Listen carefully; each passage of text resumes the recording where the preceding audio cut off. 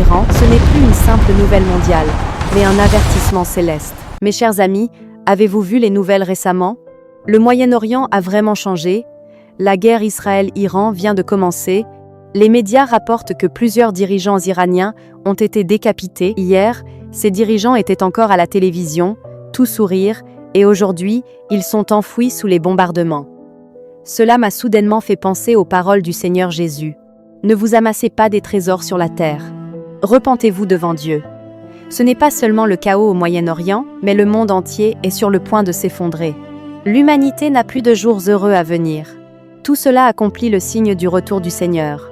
Vous entendrez parler de guerre et de bruit de guerre. Gardez-vous d'être troublés, car il faut que ces choses arrivent.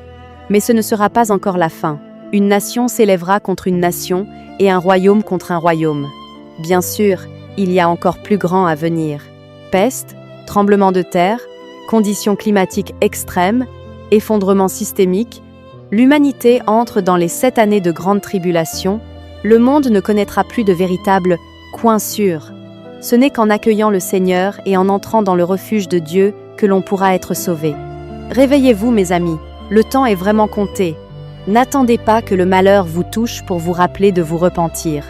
Dieu dit, « Les feux de la guerre tourbillonnent, la fumée des canons se répand dans l'air, la température se réchauffe, le climat change, une peste se propagera, et les gens ne pourront que mourir sans aucun espoir de survie.